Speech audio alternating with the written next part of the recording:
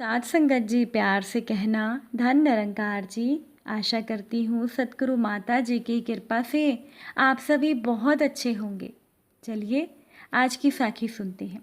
साथ संगत जी, शिप्रा नदी के उस पार एक गांव बसा हुआ था। उस गांव से एक पंडित रोज नदी को पार करके उज्जैन शहर में रहने वाले एक धनी सेठ को कथा सुनाने जाता था। वो पंडित रोज सेठ को कथा सुनाता और बदले में वो सेठ उस पंडित को धन दान में देता था। ऐसे ही एक दिन जब वो पंडित सेठ को कथा सुनाने के लिए नदी को पार करके जा रहा था, तभी उस पंडित को एक आवाज़ सुनाई दी कि पंडित जी, कभी हमें भी ज्ञान दे दिया करो। आवाज़ को सुनकर पंडित ने इधर उधर देखा, मगर पंडित जी को वहाँ पर कोई भी दिखाई नहीं दिया। उसे फिर अपने पास से ही एक आवाज़ सुनाई दी कि पंडित जी, मैं यहाँ हूँ।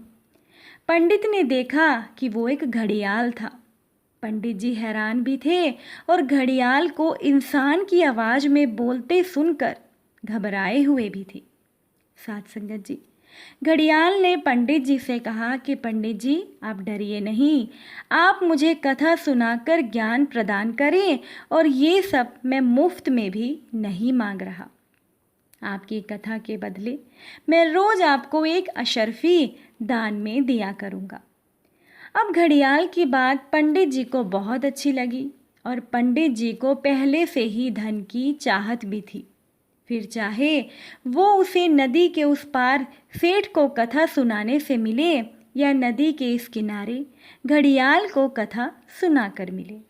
साथ संगत जी, रोज वो पंडित घड़ियाल को कथा सुनाता और रोज वो घड़ियाल पंडित को एक अशर्फी बदले में देता। इस तरह से काफ़ी दिन बीत गए।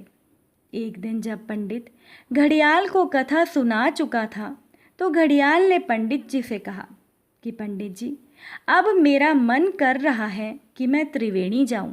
मेरा समय अब आ चुका है। अगर आप भी मेरे साथ त्रिवेणी आना चाहें तो आपका स्वागत है, वरना ये अशर्फियों से भरा घड़ा लो और अपने घर चले जाओ।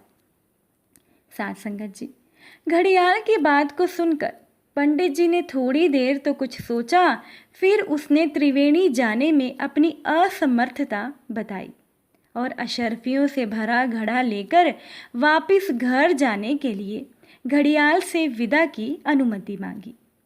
साथ संगत जी, घड़ियाल ने पंडित को विदाई दी और जब वो पंडित अपने घर जाने के लिए मुड़ा तो घड़ियाल जोर से हंसने लगा।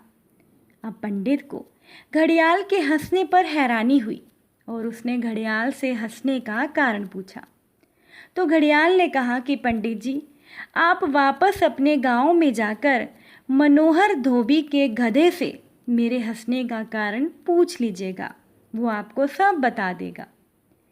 अब पंडित को घड़ियाल के इस जवाब से भी बड़ी हैरानी हुई कि वो मनोहर धोबी के गधे से पूछें। पंडित निराश मन से अपने घर को लौट रहे थे। अब 2-3 दिन तक वो पंडित बड़ा उदास रहा कि घड़ियाल ने ऐसा क्यों कहा और वो हंसा क्यों। एक पंडित किसी से पूछने जाए, वो भी किसी गधे से, ये कैसे हो सकता है। साथ संगत जी, उस पंडित का अहंकार था कि वो सब जानता है, इसीलिए वो किसी से पूछने जाए तो कैसे जाए। इसी कश्मकश में वो पंडित अपने आप को रोक नहीं पाया और मनोहर धोबी के गधे से घड़ियाल के हंसने का कारण पूछा। साथ संगत जी, गधे ने पंडित जी से कहा, पंडित जी, पिछले जन्म में मैं एक राजा का वजीर था। राजा मुझे बहुत प्यार करते थे। राजा मुझे हमेशा अपने साथ रखते थे और अपने जैसा भोजन और वस्त्र इत्यादि उपलब्ध कराते थे। एक दिन राजा ने मुझसे कहा, वजीर, मेरा मन करता है कि मैं त्रिवेणी घूमाऊं। क्या अच्छा होगा कि तुम भी हमारे साथ चलो। इस प्रकार हम दोनों त्रिवेणी के लिए निकल पड़े। अब त्रिवेणी का रमणीक स्थान उस राजा को बहुत पसंद आया और हम इस प्रकार वहाँ करीब 1 महीने तक रहे। एक दिन राजा ने मुझसे कहा, वजीर, मेरा तो मन यहाँ लग चुका है और मैं हमेशा यहीं रहना चाहता हूँ।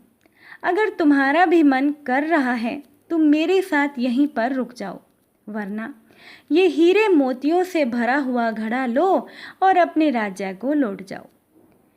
तो मैंने वो घड़ा ले लिया और वापस आकर राज करने लगा। इस कारण इस जन्म में मैं गधा बन गया और इसीलिए वो घड़ियाल हंसने लगा। आगे गधे ने पंडित जी से कहा कि पंडित जी, खाली उधार और शाब्दिक ज्ञान कहीं काम नहीं आता। अब आप ही देखिए कि आपका ज्ञान आपके ही काम ना आ सका तो वो भला और किसी के क्या काम आएगा। साथ संगत जी, ज्ञान तो व्यक्ति को मुक्त करता है। गधे ने पंडित जी से कहा, पंडित जी, जिसे तुम ज्ञान समझते हो वो केवल उधार शब्द तुमने इकट्ठे कर लिए हैं, जो खाली तुम्हारे मत हैं, कोई धर्म नहीं। और जो मत है वो व्यक्ति को बांधता है, मुक्त नहीं करता। साथ संगत जी, अगर साखी अच्छी लगी हो तो वीडियो को लाइक ज़रूर कीजिएगा। साथ संगत जी, प्यार से कहना, धन निरंकार जी।